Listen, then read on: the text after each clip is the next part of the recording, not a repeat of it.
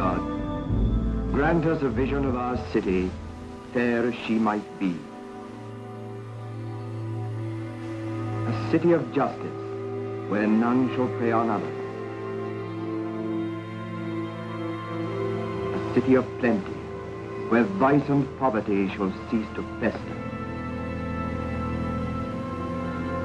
A city of brotherhood, where all success shall be founded on service, and honor shall be given to nobleness alone. A city of peace, where order shall not rest on force, but on the love of all for the city, the great mother of the common life and weal. I don't see this as the story of a pop group. I see this as a story of a city that once upon a time was shiny and bold and revolutionary, and then suddenly, 30-odd years later, is shiny and revolutionary all over again. And at the heart of this transformation is a bunch of groups, and one group in particular. Go further back in time, further back through time, to another set of memories. Tell me what you see. 5, 4, 3, 2, 1. I can remember very precisely what Manchester was like in the mid-70s. It felt like a piece of history that had been spat out. This had been the historic centre of the modern world. We invented the Industrial Revolution in this town, and yet even though we did, we also invented these conditions. It was really grimy and dirty old town.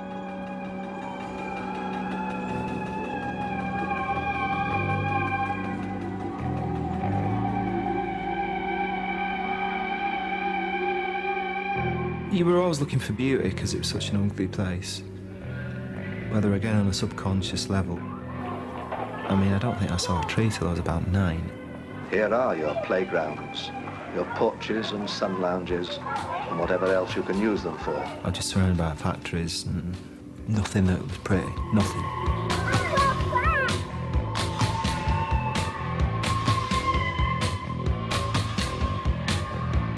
I remember like the first time I was in Manchester seeing all these end-to-end terrace houses.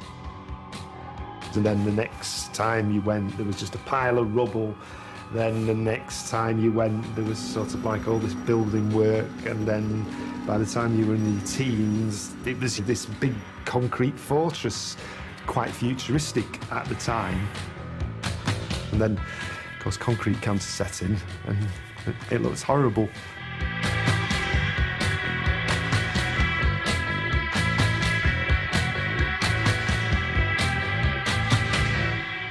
I was born in 1956. I lived in my grandparents' house, and they used to talk about the war all the time. My grandparents' sister had been bombed. House had gone. I remember we had a room there, and it was full of like gas masks and tin helmets, British flags, and you know, roll radio sets, paraphernalia for the war. I met Bernadine in Salford Grammar School when we were 11. You get less for murder, don't you? I guess living in Salford, you're a bit of a nobody, really. You know, you didn't have much chance of progressing in the world, really. You were thought of as factory fodder. So we just sort of wasted our time together. We were really, really normal, daft beer boys, I suppose you'd have to say. I had to have myriad distractions while I was working. And basically, it was reading the evening news. When I was going through the little adverts in the classified and just scanning them for anything of interest. The Sex Pistols, 50p, less than free trade all. I thought, that looks interesting.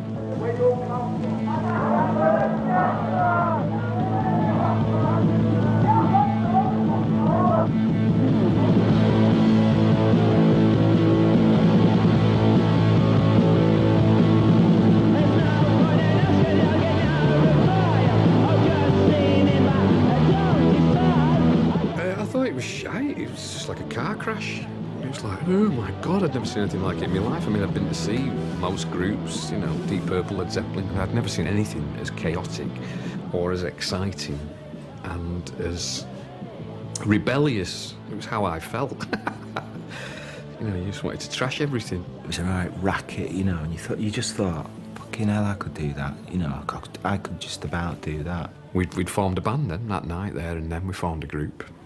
It's easy to form a group. It's all the rest that's difficult. We went to see the second Sex Pistols gig when the Buzzcocks supported them, and we were in it then. We had a meeting with them one Friday evening because they said, "But we'd like to start a band, but we need some help." And because, like I say, punk being an inclusive thing, and we needed all the similar-minded people that we could have in order to make it a growing concern. We advertised for a drummer and singer. One guy rang up and he didn't sound mad. And I said, "What's your name?" He went, "Ian." I said, "Ian who?" He went, "Ian Curtis." I said, "Oh." Because there was two guys called the Two Ians. They advertised it for a singer and Ian answered it and we met in the pub in Sale. You'd look at him and you think, Christ, you know, quite frightening looking guy, leather pants, combat jacket with hate on the back and getting daggers from the locals like, what the hell's this, what's he? Pretty dangerous thing to do in 1976 Manchester. I said, "Oh, the Two Ians, right? We met you at the Clash gig the other day or whatever, you know." And I was going, you know, like the punk ideals, you know, being married, boring. You went, "Oh, I'm married." You know, he shows me his wedding ring.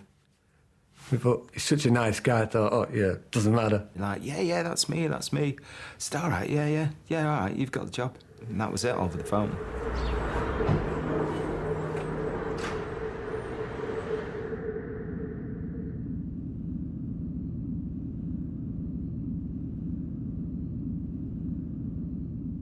The first set of material we wrote was just us aping punk, really. Completely aping it and doing it really badly.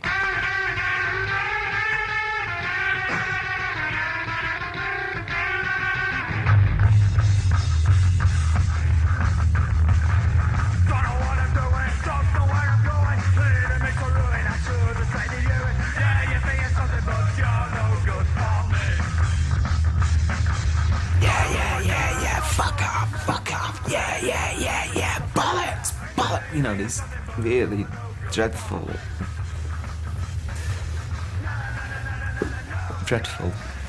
songs.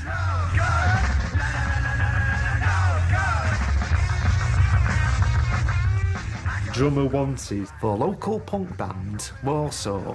I get on the phone, expecting some sort of oafish punk type. And it was a very mild-mannered, very chatty Ian. The first gig that I had with them was the last night at the Electric Circus. The Electric Circus was one of the places that we hired from bemused hippies on their quiet night to put on emerging punk rock. Can you explain to me why you come to the Electric Circus? Because it's the best place where they put punk rock bands on. It's just got a great atmosphere. It's like you just come out of Rizzler for the day, doesn't it? You won't go and see it, I tell you. Bottles for plastic punks. I wanted to do something for me. Because look at me now, I'm nothing. That's what punk is. You can sort of go in and really enjoy yourself, you know, jump about a bit, let yourself go. Why not? It became a punk club and absolutely a very important part of the whole landscape. And then suddenly we were saying goodbye to it in an emotional weekend do that was recorded rather pitifully by Virgin Records. Have you all forgot Rudolf Hess?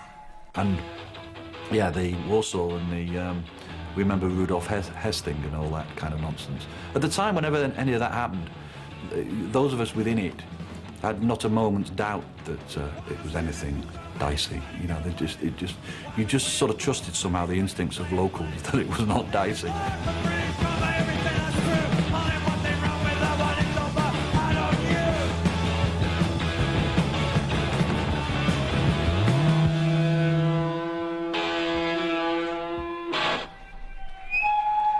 Some guy at work gave me a couple of books. One was called House of Dolls, and I knew it was about the Nazis, but I didn't read it. And I just flipped through the pages. It was the brothel that the soldiers went to, and I thought, well, it's pretty bad taste, but it's quite punk, and everyone I told the name to went, "That's a great name." It sounds too neat and tidy, but it almost seems to be that it all came when they had the name.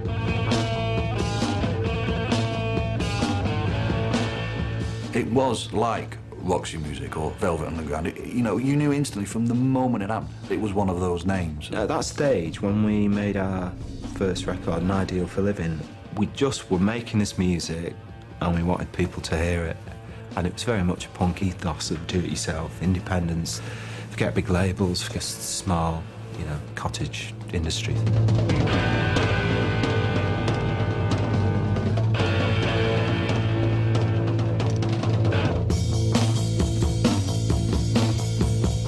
I'd actually forgotten that Ian borrowed the money. God, if I did it now, my wife would kill me. So how he got away with it then is unbelievable, you know. So we banged it down, heard it in the studio, we thought it sounded great. You know, a couple of weeks later, we got the vinyl, you know, Ideal for Living, I'd drawn the sleeve and that, and right, I know what we'll do, we'll take it to Pips, you know, a local club that we go to. Went to the DJ, yeah, mate, play our record. It's us, you know, us. So he said, no, fuck off. No, come on, it's us been coming here for years playing. So there's loads of people on the dance floor. Puts it on, right, listen to it.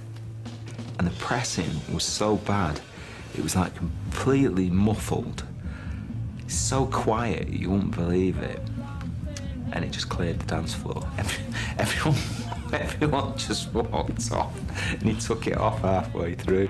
We were like, oh shit, what have we done? We didn't play for 6 months, we couldn't get a gig. Nobody would give us a gig as Joy Division. It was really difficult. I think they thought we were yobs, which we were. It spurred us on to rehearse and rehearse and rehearse and write and get really, really tight, so that when we did get a gig, we would show the bastards. We used to rehearse twice a week, and in those 3 and 2 hours, you'd invariably get a song, you know. We had enormous factory floor to ourselves.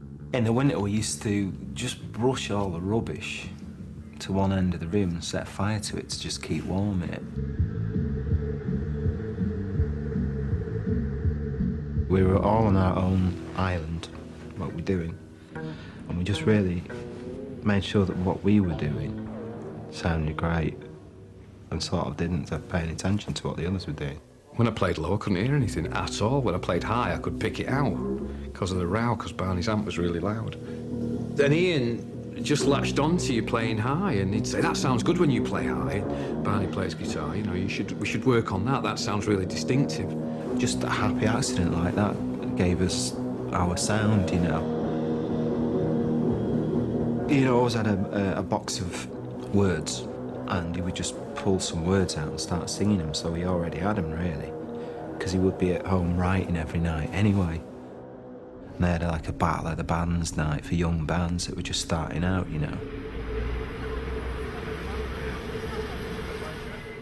I remember Paul Morley being there in a band.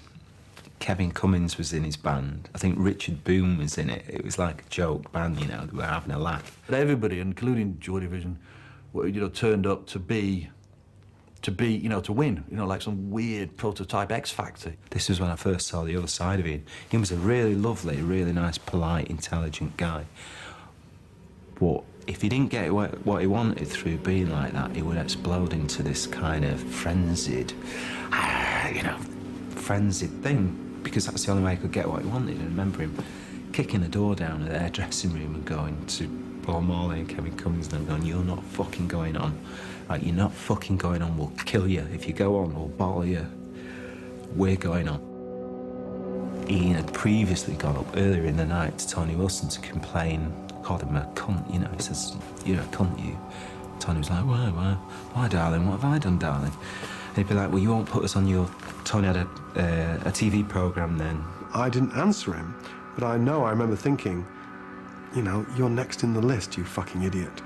I spend a lot of my days working out how I can possibly explain to people how bizarre this is that this man would suddenly come to be involved. Tony Wilson reports. The Southwark, Lambeth and Lewisham Area Health Authority is the largest single health authority in the country. Welcome to the circus. was like seeing an alien with tentacles and 8 eyes. Really, when I first met Tony Wilson, he was just like from another planet. He was showbiz, wasn't he, you know? He was a star. Tony had So It Goes, one of the only platforms that championed punk and the new wave. And that was wonderful. And strangely, a champion within the establishment. I mean, there's nothing more establishment, particularly to young people, than television. Every other band that night at Rafters was on stage because they wanted to be on stage. They wanted to be rock stars. They wanted to be in the music business. But this lot were on stage because they had no fucking choice. The next day I remember being in a phone booth in Spring Gardens in Manchester, just outside the post office there. There was a knock on the booth. I opened the door and, yeah, this guy stood there and it was Rob Gretton. I knew Rob Gretton because he was one of the other DJs at Rafters. I just have this picture in my mind I can still see of him ranting at me ecstatically about how wonderful he thought they were and weren't they the best band you'd ever seen in your life. And he was going to manage them and he was going to take them to all sorts of places you wouldn't believe. One of the first things that Rob Gretton did when he came along was he said, "That fucking record you've done," he says, "get rid of that fucking cover. Everyone thinks you're Nazis because of it. Get rid of that fucking cover." Whose idea was that, you tosser, you know? So we're going to do a new cover and we're going to press it as a 12-inch so it sounds loud. So he did it and we played it and then it was like, wow, yeah, he's right, yeah, it sounds fantastic.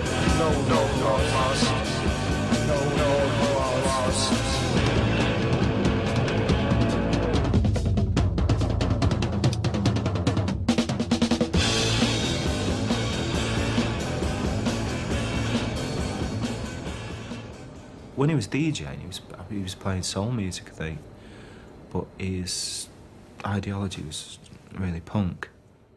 We'd met a guy called Richard Serling from RCA Records. Ian was a regular visitor to the RCA offices. The main reason for that was that he adored Iggy Pop, and they wanted a punk band. A punk band. I didn't know anybody other than, oh, Ian's got a band. He wanted us to do a cover version of this Northern Soul record called Keep On Keeping On, which when he played it, we were quite impressed with, actually. It had a really stonking guitar riff in it.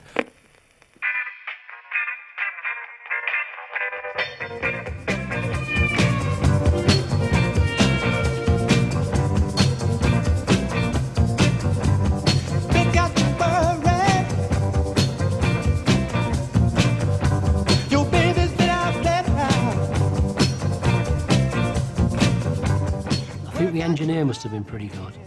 I can always remember trying to get Ian to sound like James Brown, telling him to sing like James Brown. He just got a bottle of whiskey and we were plying him with whiskey and telling him to belt it out like James Brown, and it's not the way, really. He just kind of got very fractious and started yelping like a dog and decided we'd best take him home.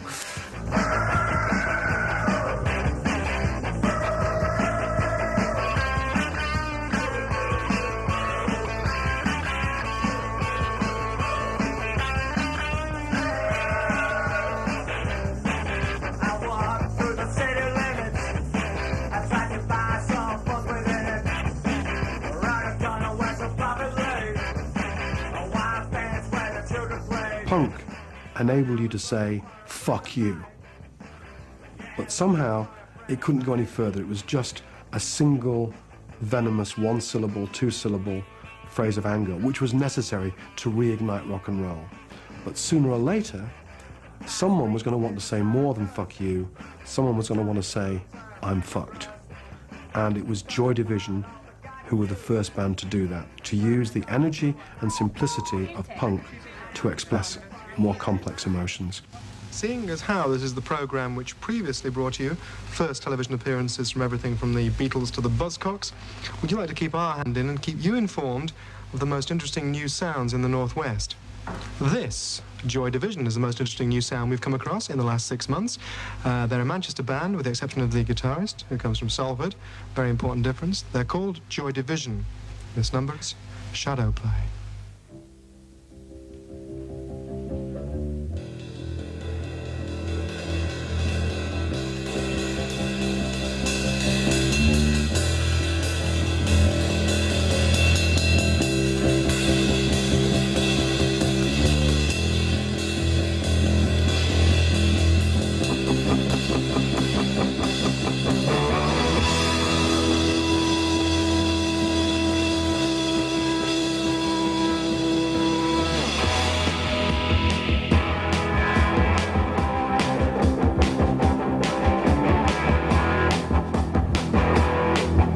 To the center of the city where our roads meet, waiting for you.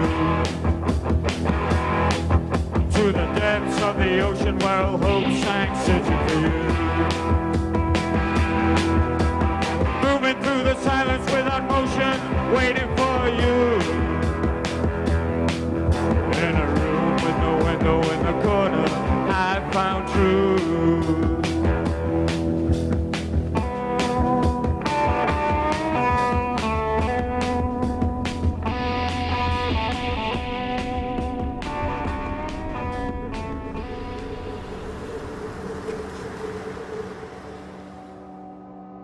When Tony started doing the factory nights, there was always this kind of void. There was the band, then there was nothing, and then there was some people sort of lurking. And second time, the sort of void was kind of getting sort of narrower and narrower, so that eventually there was even the odd person dancing. Well, hey, we've got an audience now. I saw him and I was just absolutely astounded. It was unbelievably good. And I felt so in awe of somebody I knew. Ian's just there and he starts that dance, which I'd seen the very kind of like seeds of. And it was otherworldly. And I'm thinking, this is Ian who kind of buys flowers for his wife. And he's up on stage and it's totally inspirational and hypnotic. And I'm sold to it. I've bought it totally. To the center of the city where a roads meet, waiting for you. To the depths of the ocean where a boat sinks, searching for you. I was moving through the silence without motion, waiting for you. In a room with a window in the corner, I found truth.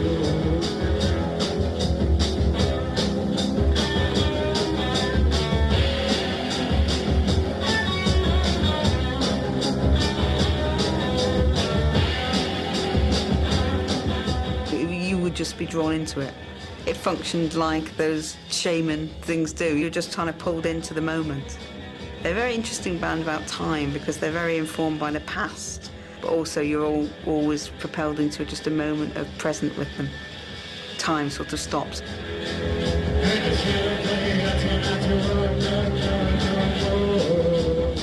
They were just absolutely stunning. I couldn't believe it. I'm getting a real goosebumps now because I can remember it. But not in my head, in my stomach. This just got me there, you know, it's just, whoa.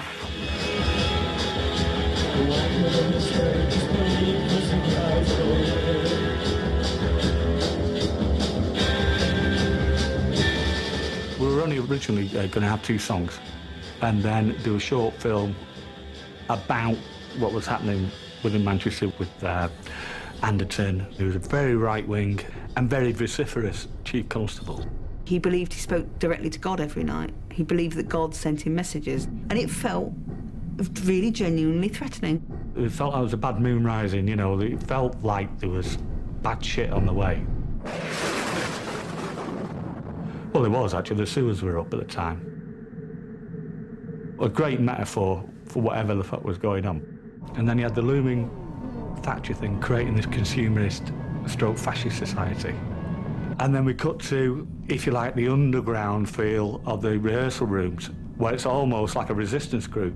That was the idea to get across, that this was the resistance through art and culture. When Tony sat with Alan and I, sort of Christmas '78, and said, I think we could do a record from the club for the bands that haven't got contracts yet.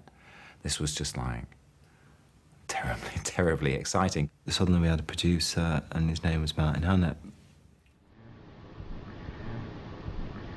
I mean, they were a gift to a producer. Why? Because he didn't have a clue. Right. And I could work out loads of little things on, and they wouldn't squabble or argue or say why.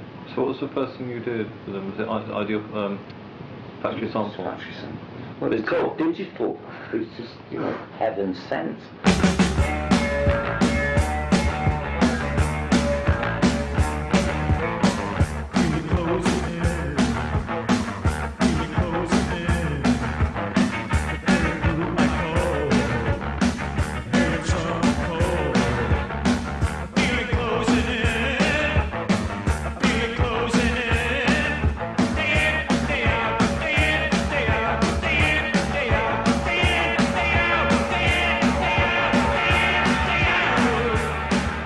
lyrics of digital are actually digital. This on-off, day in, day out, day in, day out. And this switching is also somehow weirdly related to Curtis's persona itself, which is, we know now, is bipolar. On the one hand, we have the lad going down the pub with his mates, fooling around. On the other hand, we have the aesthete who's reading poetry and imbibing himself with all kinds of highfalutin ideas that he's going to be a romantic pop star hero. Ian just looks straight into the camera while he's smoking. It's the eyes, the slight translucency of his eyes looking into the camera that sends a chill through people. 16, 17, 18, 20 and 21, we're getting there. One was in silhouette and then was one when they came slightly out the passageway and we've got some side lights. Already by then I've shot 2/3 of a roll of film and I'm conscious of the fact that I didn't really think I had anything. I'm walking up the bridge and they're waiting for me and I just felt it looked so bleak and they were so un-rock and roll-like that I took 2 frames and then took an upright shot of the same thing. And that's all I did of that picture. And that's, I guess, become probably the most recognised Joy Division image.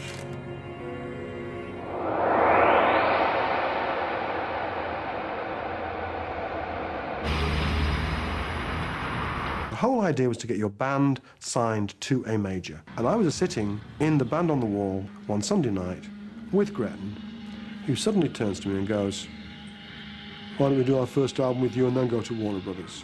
I remember, far from being, wow, it was like, "Are you sure? How much is that going to cost?" Martin says it'll cost 10 grand. It cost 25, the bastard.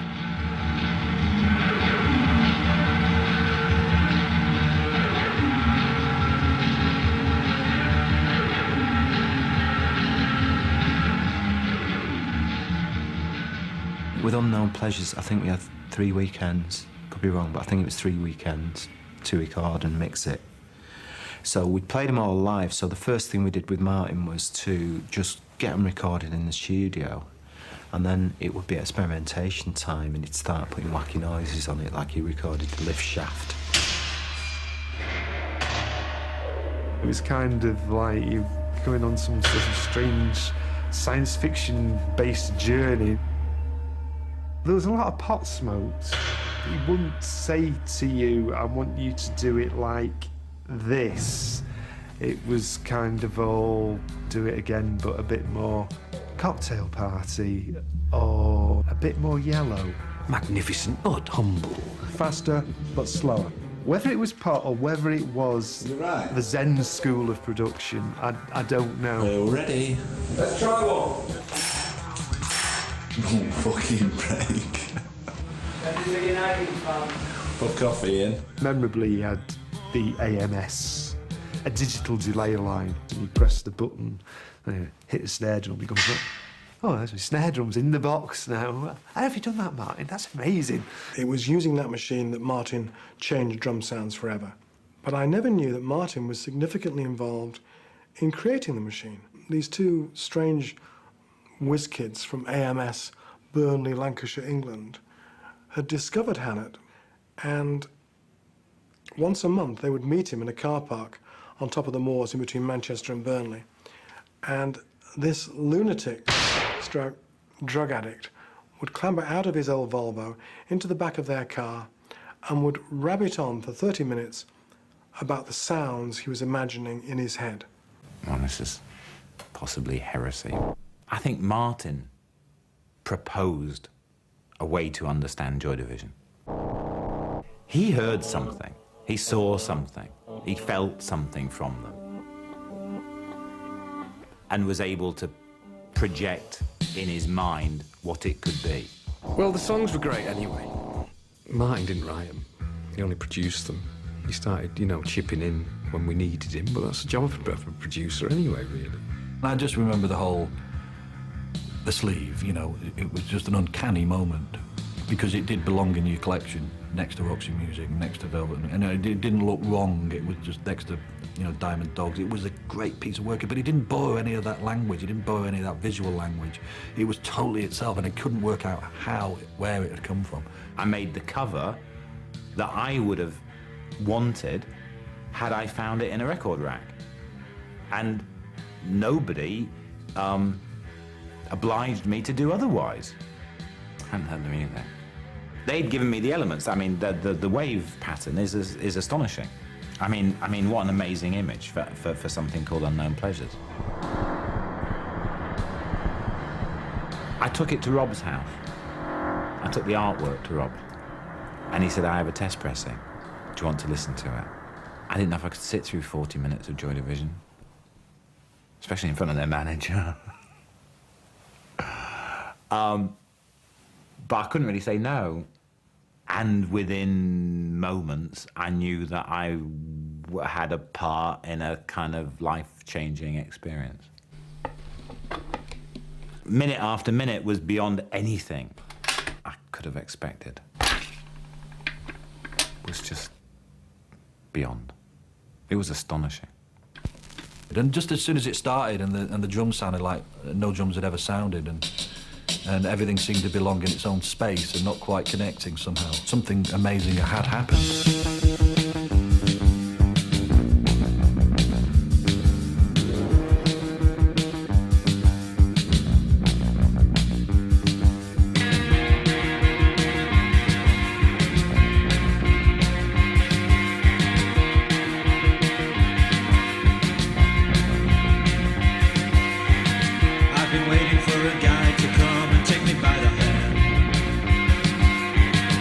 Sensations make me feel the pleasures of a normal man. New sensations spare the insults, leave them for another day. I've got the spirit, lose the feeling, take the shock away.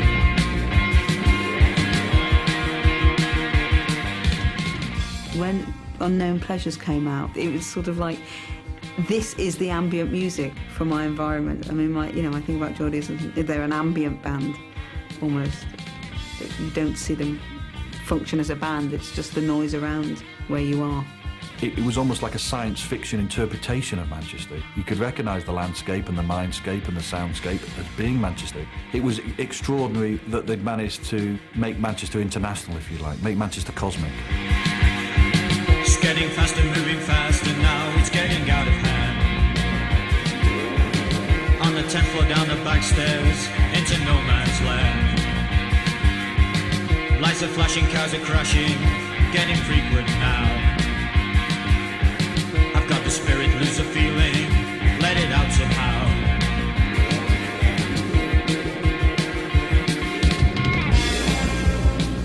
Unknown Pleasures is also, of course, a very iPodded kind of world. It's urban, but it's not. It's about a landscape, but that landscape is primarily an interior landscape. And so what is very, very important about it now is to see where we've travelled from since then and exactly why it still sounds so bloody contemporary. I'm watching you, I watch it all, I take no pity from your friends. Who is right, who can tell, and who gives a damn right now? Till the spirit, new sensation takes hold, then you know. Till the spirit, new sensation takes hold, then you know. Till the spirit, new sensation takes hold, then you know. I got the spirit, but lose a feeling.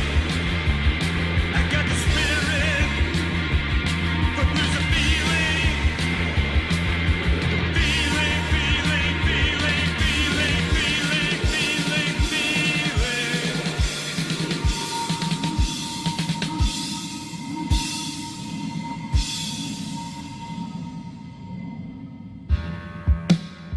When Unknown Pleasures came out, it got universal critical acclaim. It must be only me and Bernard in the whole bleeding world that don't like Unknown Pleasures. you know, which is quite ironic, isn't it? The only thing we agree on. I mean, you know, Unknown Pleasures, I admit, even after we recorded it, I found it quite difficult to listen to it myself because it was so dark. I don't think the production helped because that made it darker, even darker still. But I thought, well, no one's going to listen to this. It's too bloody heavy. You know, it's too impenetrable.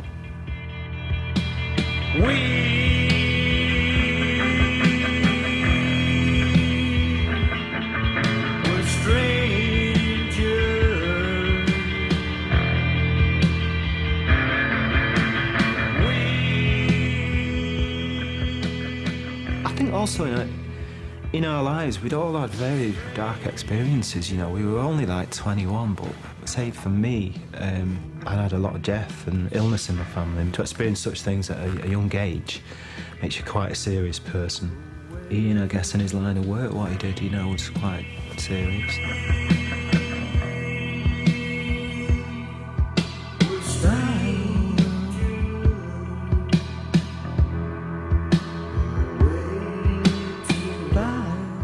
Lost Control was about a girl that he worked with at a disability centre that came in to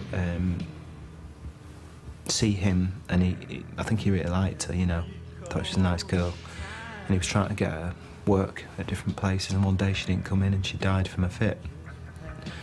And he was quite shocked by that, and I think that this was before he had epilepsy himself.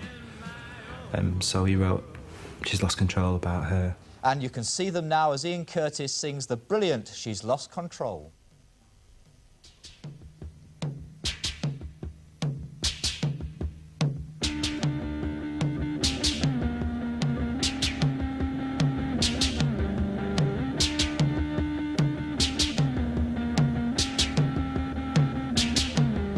Confusion in her eyes that says it all. She's lost control. To the nearest passerby, she's lost control. And she gave away the secrets of her past and said she's lost control again. And of a voice that told her when and where to act, she said, I've lost control again.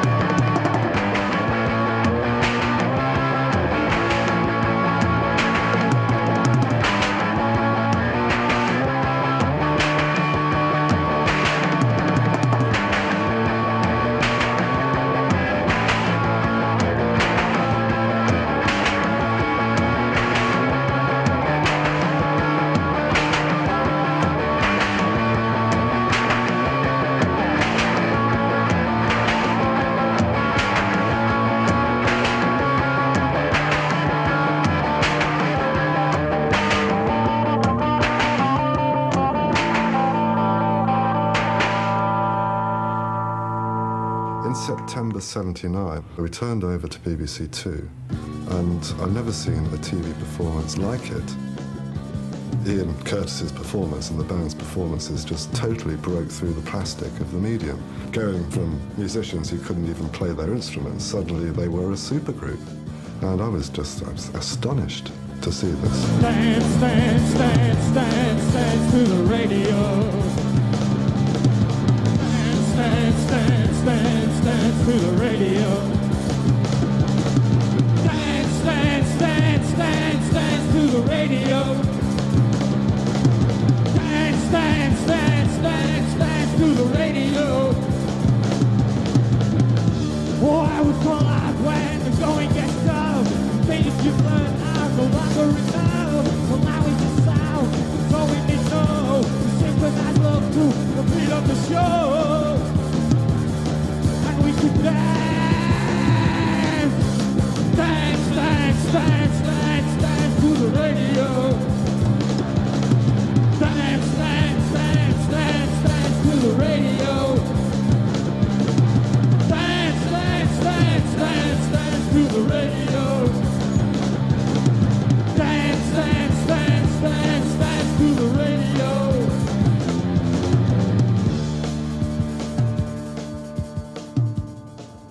They must have had a sense within the unit that they'd done something special. Ian's ambition, obviously, was the one ultimately that created the great catastrophe.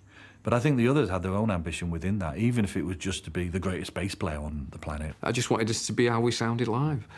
And it was purely that, you know. I didn't want it to sound melancholy. I didn't want it to last. I wanted just to lock people's heads off like Iggy Pop live. I wasn't interested in depth or anything. I just wanted to, you know, kick them in the teeth.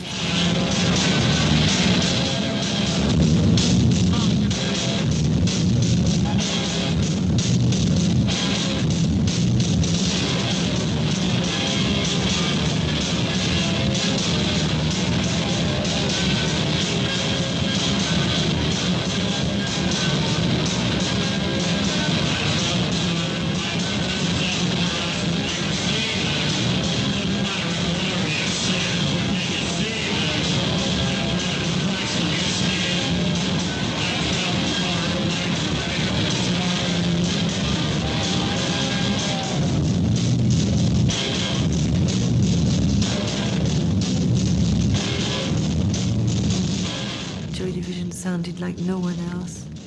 Very, very powerful on stage, and Ian on stage was something fascinating, and he sang and he danced in a unique way, and Plan K, that was kind of like Ian and Metanique. They never traveled much, I think, as teenagers, and when they first went to Europe, yeah, I think something really happened for them. It's a major milestone. You're leaving home turf for the first time, and we were playing a gig at Plan K.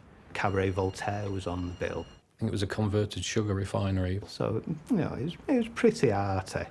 So we went over there, and we thought, right, you know, we're big-time Charlies. The big attraction was that they actually had William Burroughs. Pay it all, pay it all, pay it all back. Play all your reports back. The bands would play the concert space. The other floors, there was kind of performance art, and then one room where they just showed movies. Boy, school showers and swimming pools. It was such an arty do.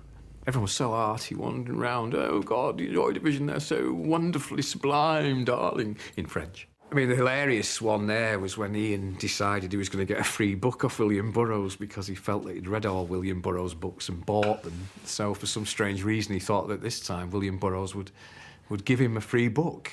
And Bernard and I was most amused. And we went with Ian to William Burroughs, where William Burroughs was reading first, and then he was doing a signing. And he went over, and me and Bernard were pissing ourselves behind the pillar. And I can't remember what he said, we weren't there, you know. And then all I heard was William Burroughs just went, fuck off, kid. We have had enough of your con and bullshit. Oh, we didn't stop laughing for hours. Ian was so embarrassed. Ian was a big Burroughs fan because his writing was very much a post-industrial nightmare. It was about the bigotry and lack of ethics, cynical, hate-filled, totalitarian, dark, underside, greed of Western society gone mad. The secret nature of perception. Good, thank you. The cut-up. It all seemed to fit and suggest that there was a way to integrate that more artistic and literary idea into what was otherwise a rather paltry glam rock, prog rock wilderness. As we became more popular and started doing more and more gigs, we just went, right, we'll have to give our jobs up now.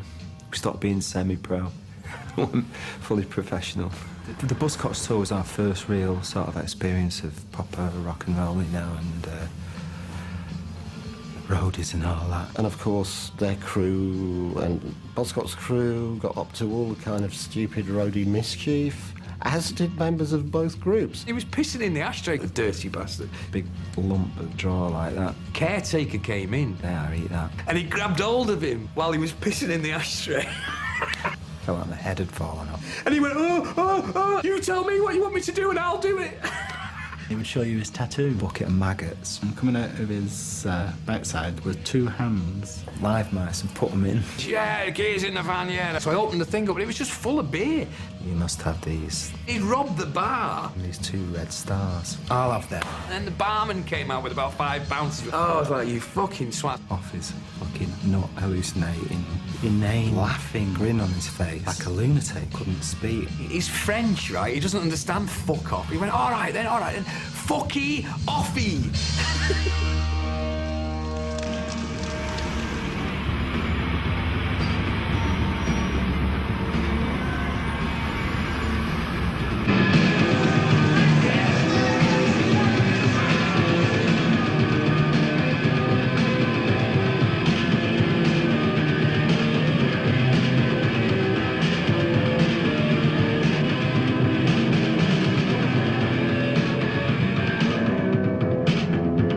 Joy Division really found their seam, they almost always start with Dead Souls.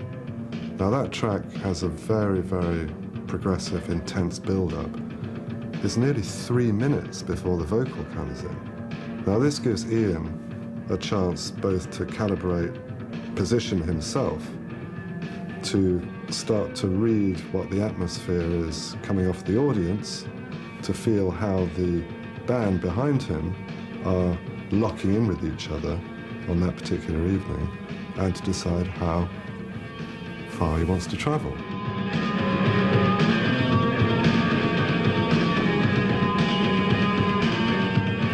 A lot of people thought he was off his head on drugs. He wasn't. Never, ever, ever. And because he looked like he was on drugs, but he was just, music seemed to just put him in like a trance, and he'd just start dancing away, and he'd go to like another world.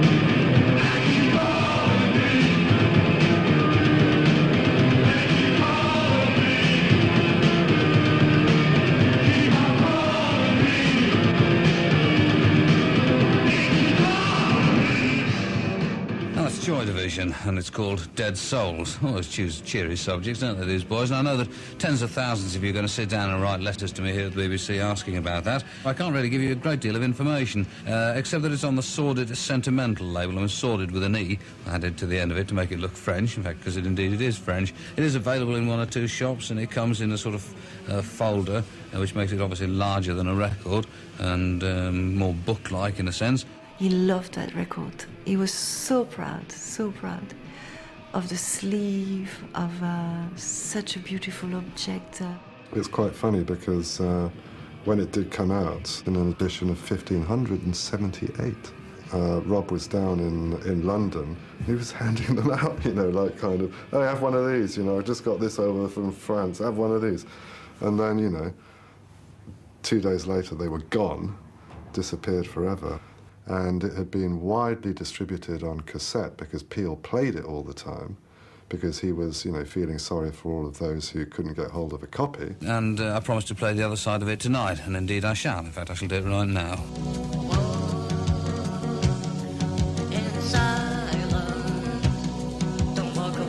Oh, curses, I'd forgotten. Sorry, just... Oh, how irritating. I'd forgotten that it was a 33 1/3. I've remembered about half the times I've played it. French, you see. The flood that come to with millions of apples that taste like cardboard and then send us records that play at the wrong speed. Anyway, I was talking to my child bride on the phone. It's just 4 young guys who were standing there smoking, shaking, like this. Oh yeah, okay. You know, underdressed, malnourished, you know, that's what I always thought of the north of England. It was quite a shock if you came from Holland, where socially, you know, everybody was taking sort of care of. And you come to England and there's incredible, extreme poverty and you know, people drinking and smoking and having just a little shirt on and a thin coat and they stand outside in the winter. It was hard to believe, and these 4 guys there making jokes, and they were really lads, very young, and that they could have such a deep, heavy sound. And certainly for Ian, when he was on stage, he was coming out of himself. He was a different person, possessed by some very strong power, and he looked like he was coming from another world and himself in another world, and very, very emotional. He looked at the same time very strong and very fragile, very vulnerable, I think he was very brave to sing and dance like he was doing. We all live very boring, ordinary lives, and with our great lead singers, we look at them, and for that 1 hour, we live life through their eyes. He walks on, and he seems a little shy and quiet, and then he just takes command of the stage. The light comes onto him, and he goes inside.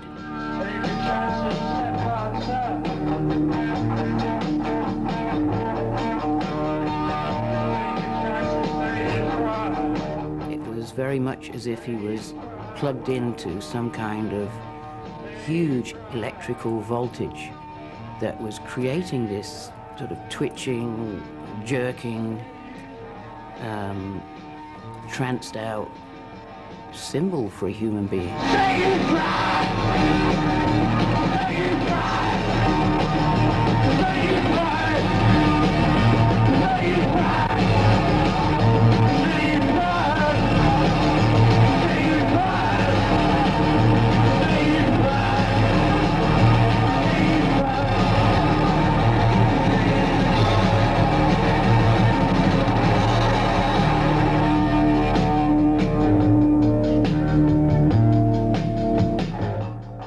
Once he'd done that thing where he shook himself into a frenzy, you just didn't know where it was going to take you. He was like a kind of puppet, and you felt his vulnerability in that puppet-like movement.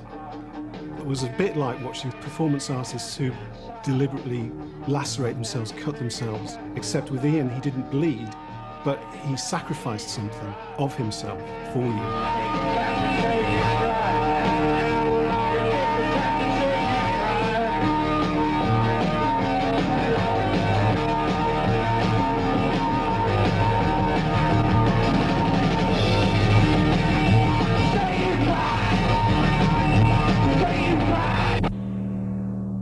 We've played in Europe already, in Holland and Germany, and we are going to America. We're only going for about 2 weeks, 3 weeks.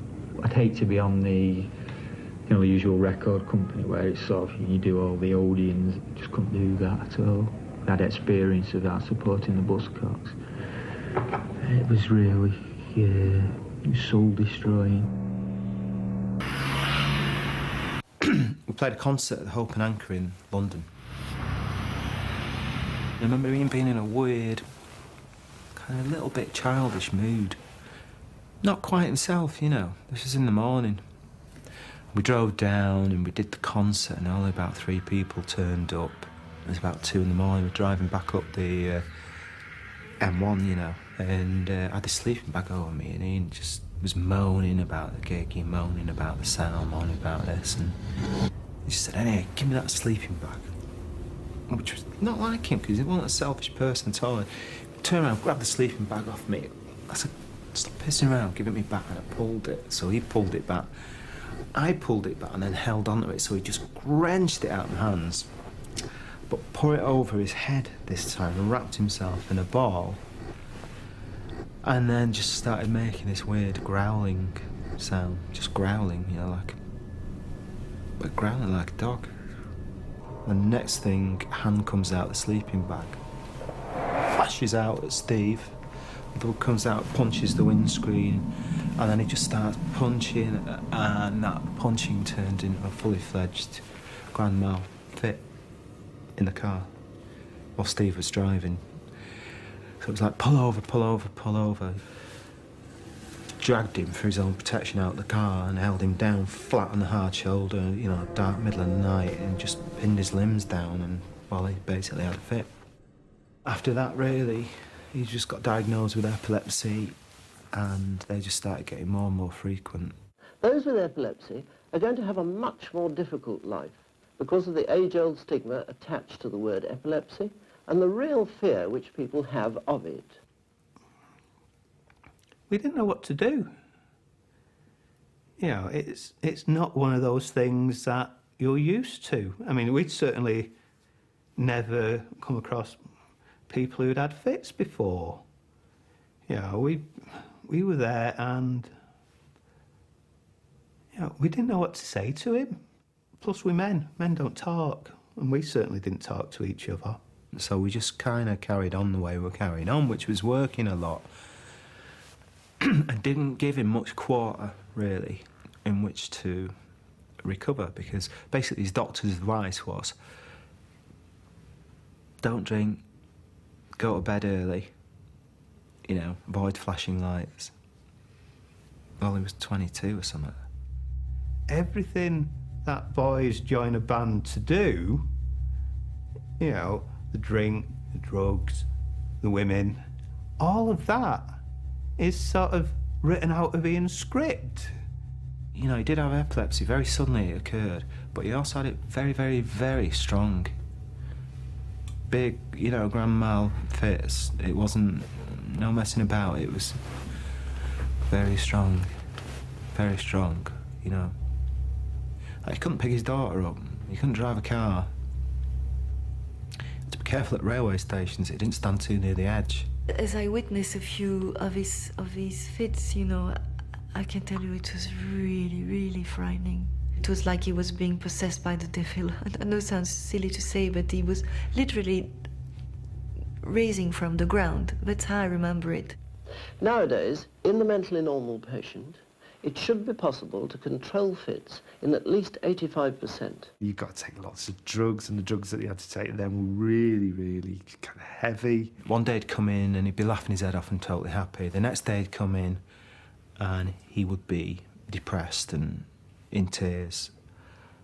And he wasn't like that before the drugs that he was on. He wasn't like that. It was much more, didn't have the mood swings.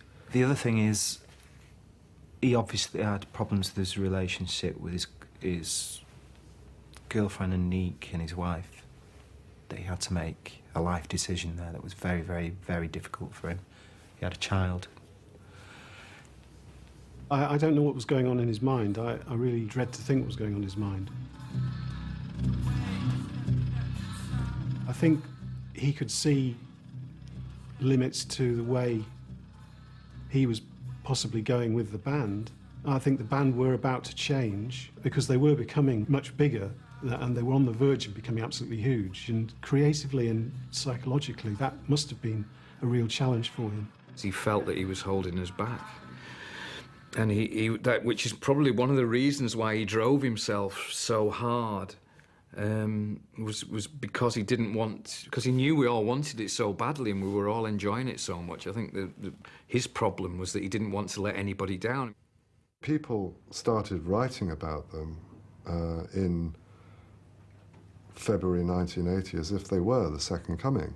The weight of expectation upon them to come out with, you know, the most amazing gig ever every time they played was enormous. I remember standing in the audience at the London University and thinking, oh fuck, now they've got us. Now they've got a single.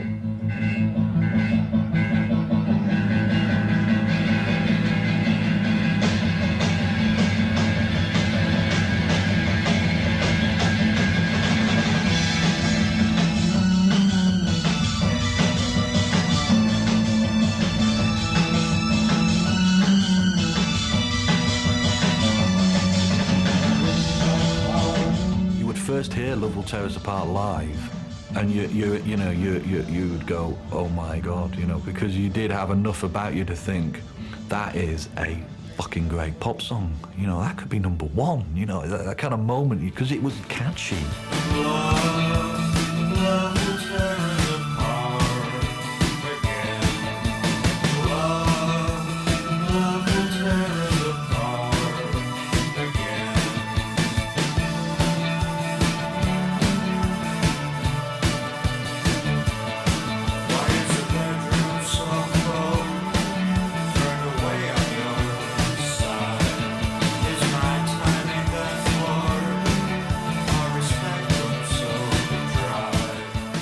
possibly one of the greatest songs written in the 20th century by anybody, because the way it can, in a Shakespearean sense, take a Calexico, or, you know, a Susanna, or a fucking Paul Young, or, you know, it can take multiple interpretations and constantly releases meaning. It was an extraordinary piece of writing, just the words, let alone that somehow these young northerners managed to find a way to sonically piece together music that matched the quality of the words. None of them realize how strong and powerful the music was. You know, it's just like a love story. Each individual is nothing on their own, and when they click together, when they are together, it's enormous. And that's what was Joy Division. They just had the light, the spirit. When Ian says that he had the spirit, that's exactly it. You know, he was something, some light burning inside him. He was gifted in a way that he would know that this wasn't going to last forever. He rang up once and said, oh, you know, I want to leave the band. I'm going to move to Holland. I'm going to open a bookshop. Great. Then the next minute, he's like, oh, we played in Bradford on Saturday. Oh, I thought Ian was... No, he's changed his mind. Oh, right, OK. We would talk about ideas and writers But most of all, he talked about his emotions and about himself and how he was feeling and how every week he was becoming more and more shut off from what people perceived him to be. That there were these two people that were Ian Curtis, the one that was the media figure and the singer in the band, and the actual Ian Curtis, who was hurt, angry, lost, very lonely, and didn't feel that people would treat him with respect if he explained who he really was. There's no doubt that there is something of the end point in Closer.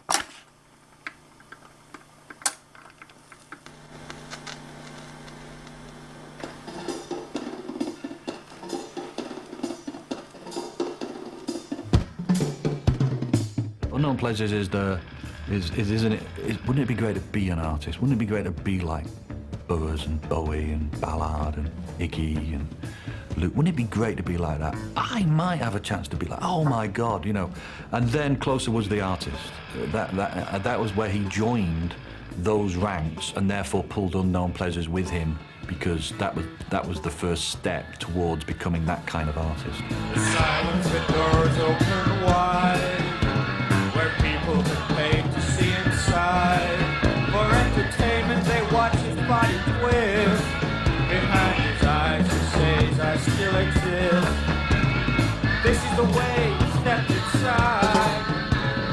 This is the way he stepped inside. If you were at this time of an inquisitive nature, the Joy Division was like an advent calendar. You would open up a window and you'd see, you know, a gateway to another place.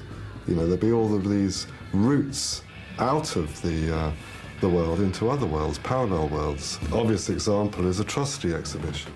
I mean, you want to know what Atrocity Exhibition, and then you find out, oh, it's a book by J.G. Ballard. And it opens up a whole other universe.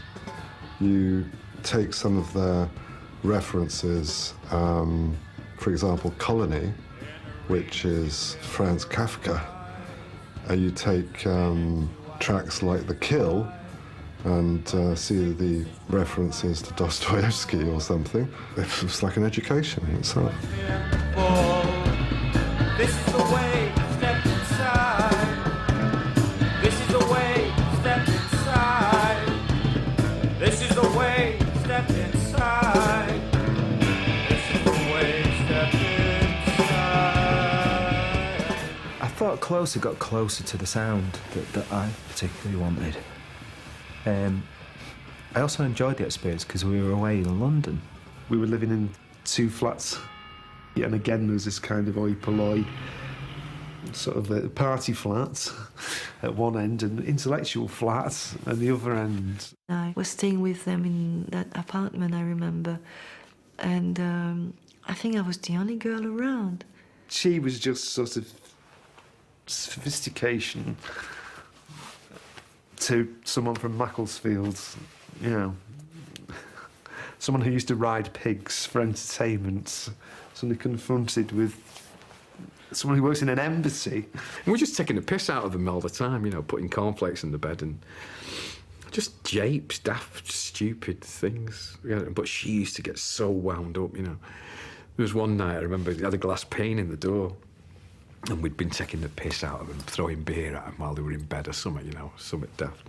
And he come fucking chased us out and we ran in our flat, held the door shut, and she was fucking kicking the door with her dressing gown on. You know, like a fucking bloke could do, you know. It was horrible. I thought that was a horrible time. Ian had Debbie on his case, and Hooky had Iris on his case because Ian had an eek there, and Iris thought that was all wrong.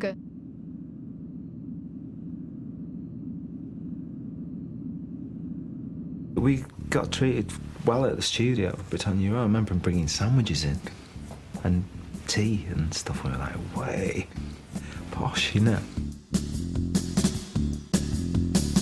We used to drive Martin mad. Bernard and I. Bernard in one corner, me on the other. Martin, and he'd go, your go. I go, your go. I asked him about the eye. He'd go, what are you fucking whispering about? Nothing, Martin, nothing. Whilst they were there at Britannia Row, Rob had the foresight to think, well, you know, we better go and see Peter about a cover.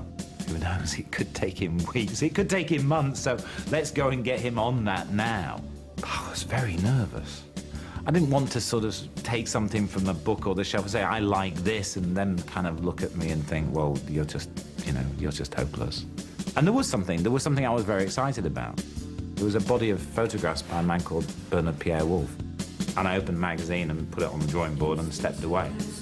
And I think they just pointed at one and said, we want this. We want this for the cover. It came to pass that it was going to be called Closer. And it was interesting. Closer, closer.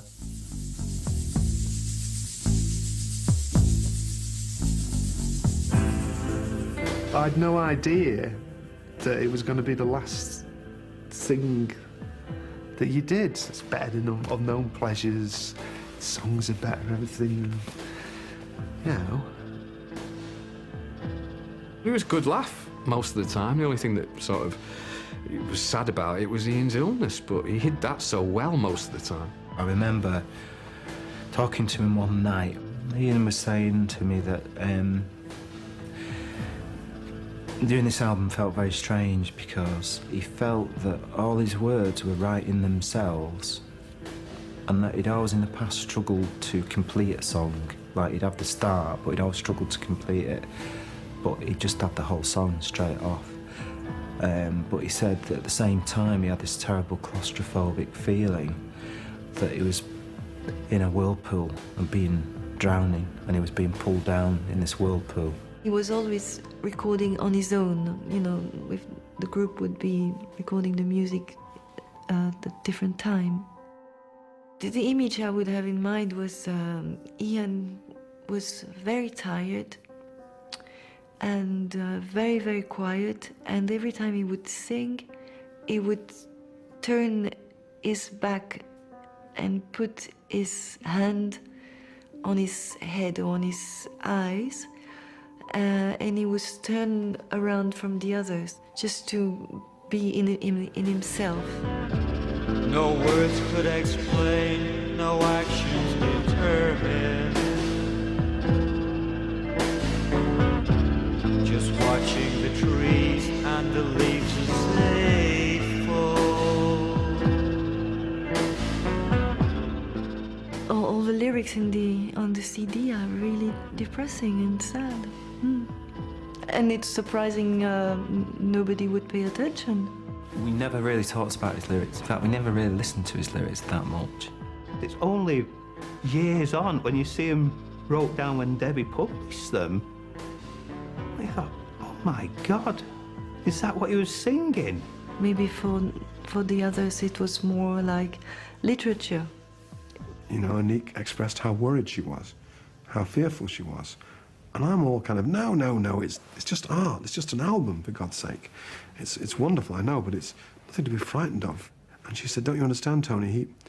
When he says, I take the blame, he means it.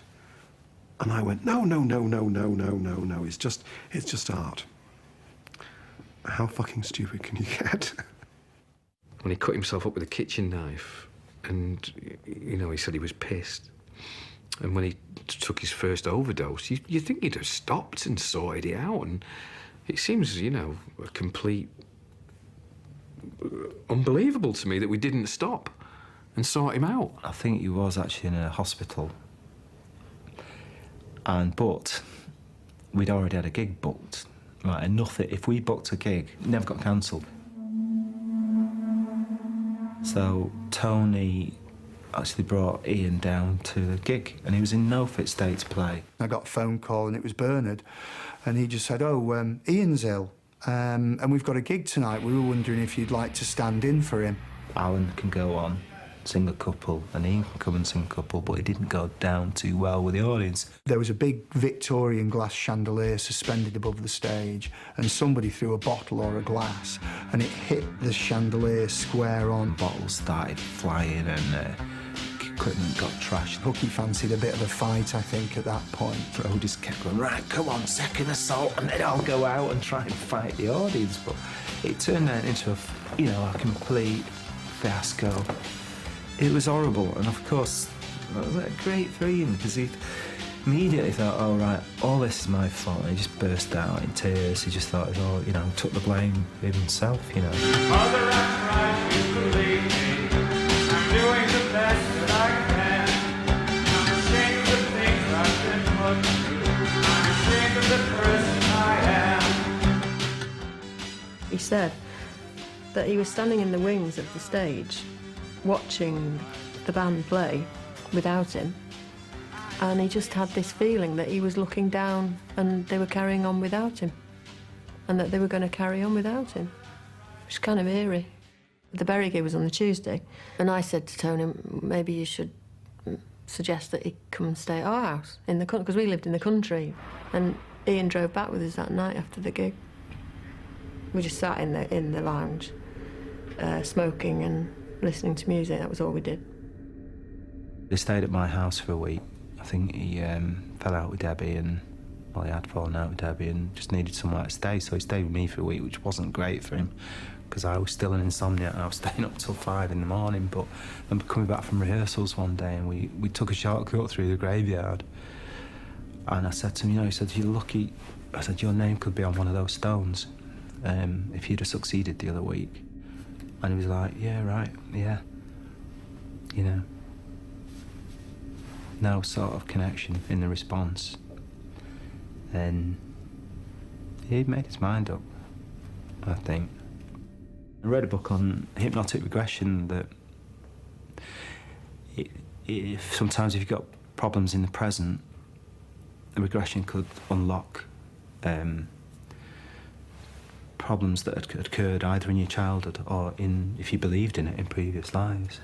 And Ian was like, oh, that sounds interesting, I'd really like to try that. So I said, why don't we try it now? I'll record it on a cassette. I want you to go further back in time to before you were born. What can you see? It's reading. What are you reading? A book about laws. You know how old you are? 28. Why are you reading a book about laws? I've been reading it for a couple of days and going over bits and keeping notes. Why is it part of your job or something?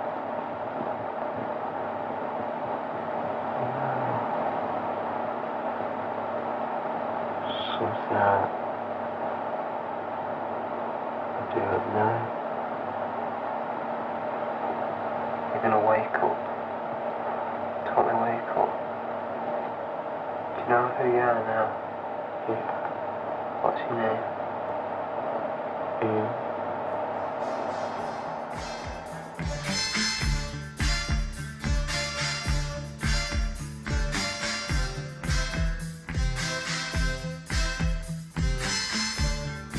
Weary inside, now our hearts lost forever. Can't replace the fear nor the thrill of the chase. Each ritual showed up the door for our wanderings. Open then shut, then slammed in our face.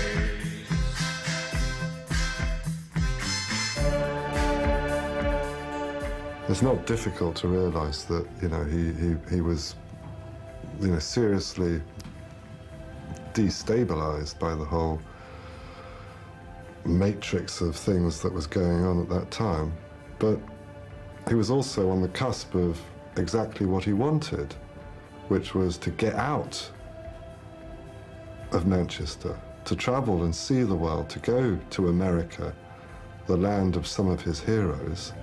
Why would he want to do himself in the night before that? You know, it's 24 hours from Tulsa, isn't it? 24 hours from the plane to America.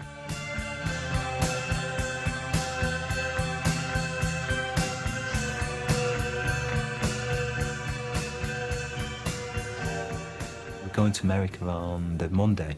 Ian had gone back to live with his mum and dad, like on the Thursday or something. And he just phoned me on the Saturday or the Friday night, one of them. Said, I can't come out tomorrow, I'm going to go and see Debbie before we go away. I did kind of think, uh-oh, a little bit, you know, it's going to end in tears at least, or they're going to have an argument.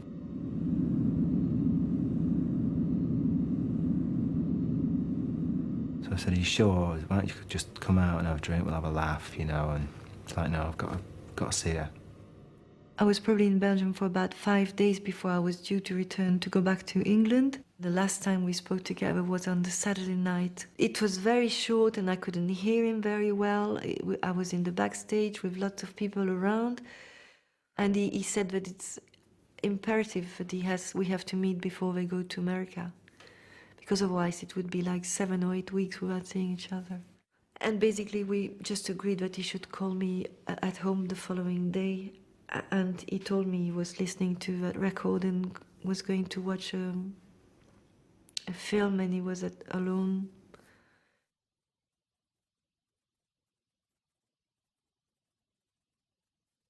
I was the first one that they told. And it was really weird because I was sitting down just about to have me Sunday lunch, me and Iris, and the phone rang.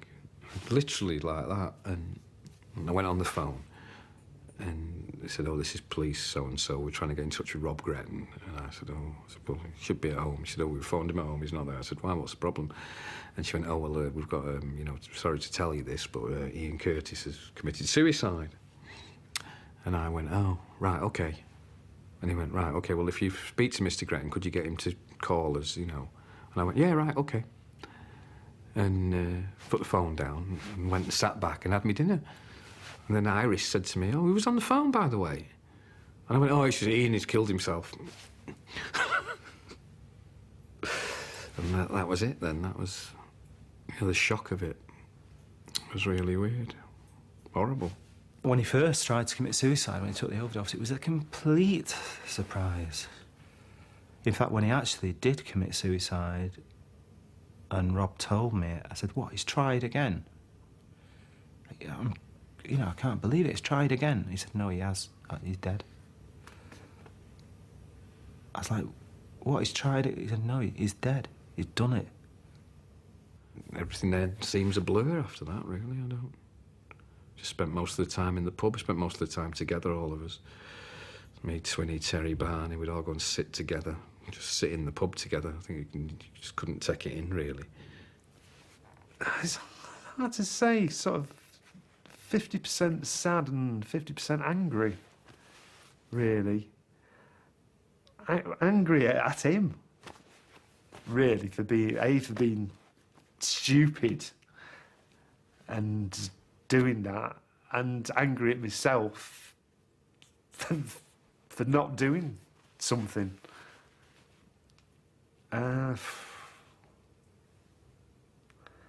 Yeah.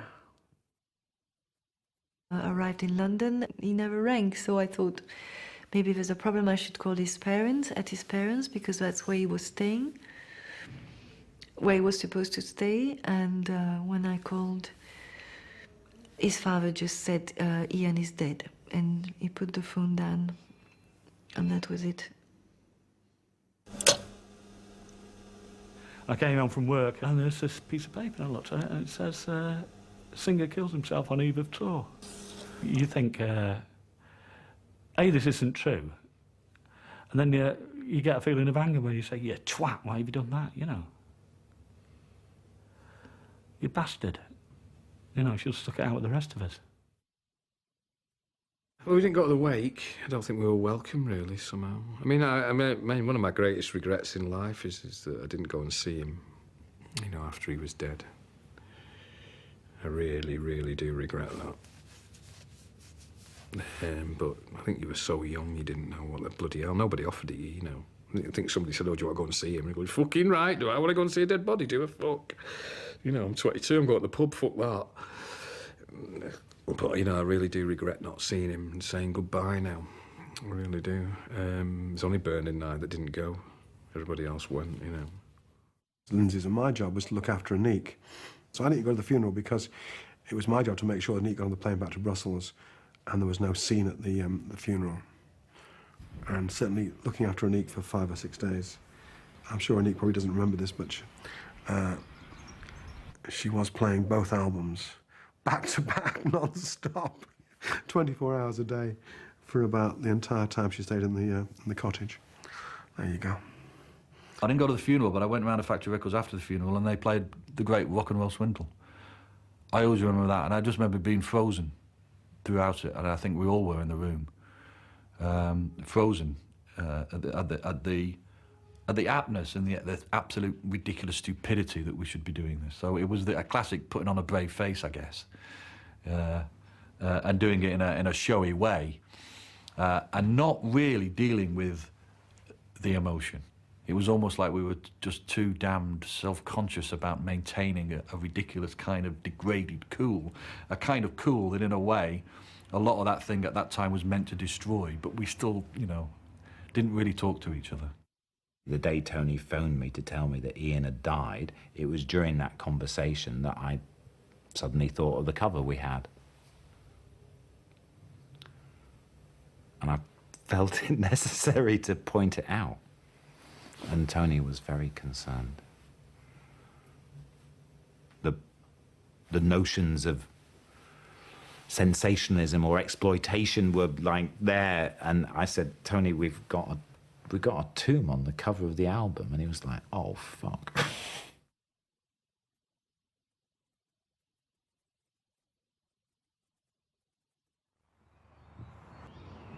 Because Joy Division ends, and because it ends with a jolt, the jolt of a rope, there's a tendency to end the story there.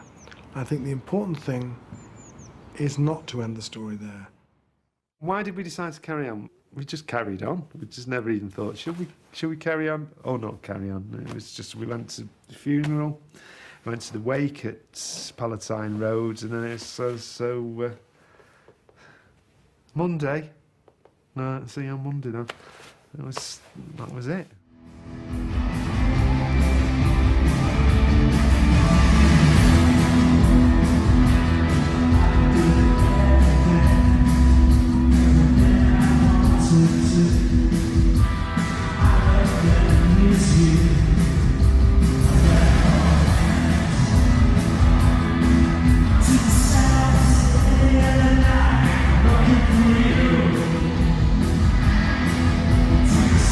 Say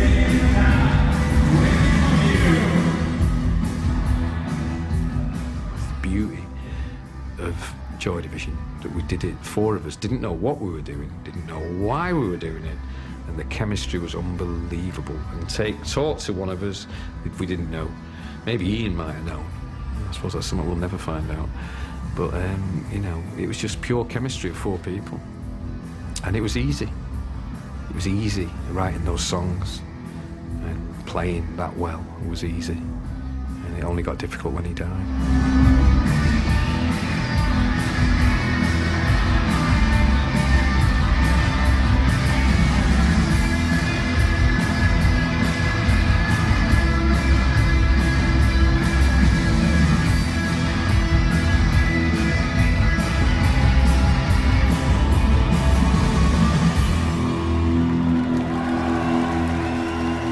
The revolution that Joy Division created and were at the heart of and inspired many other people to take part in, of not differentiating between dance and rock, has resulted in this modern city, in what was the original modern city becoming again a modern city.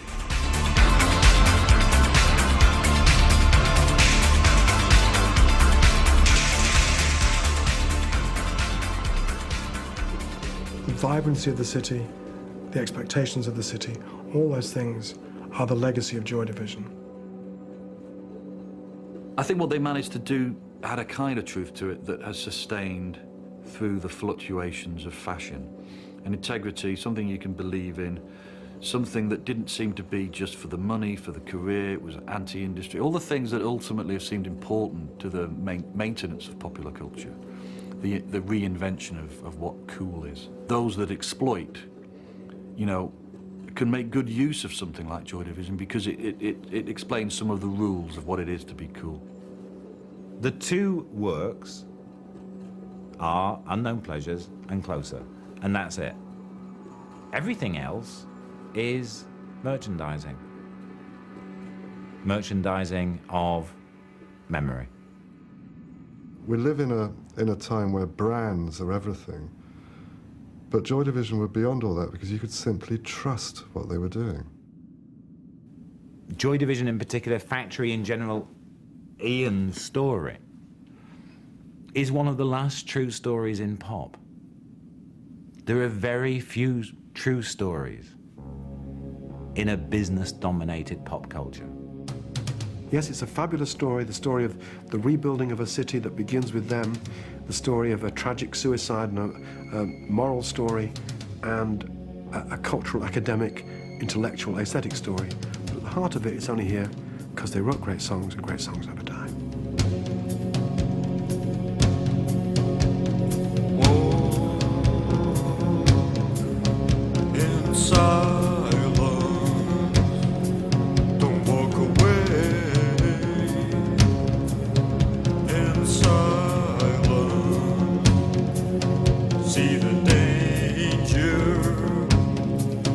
Always danger, endless toil.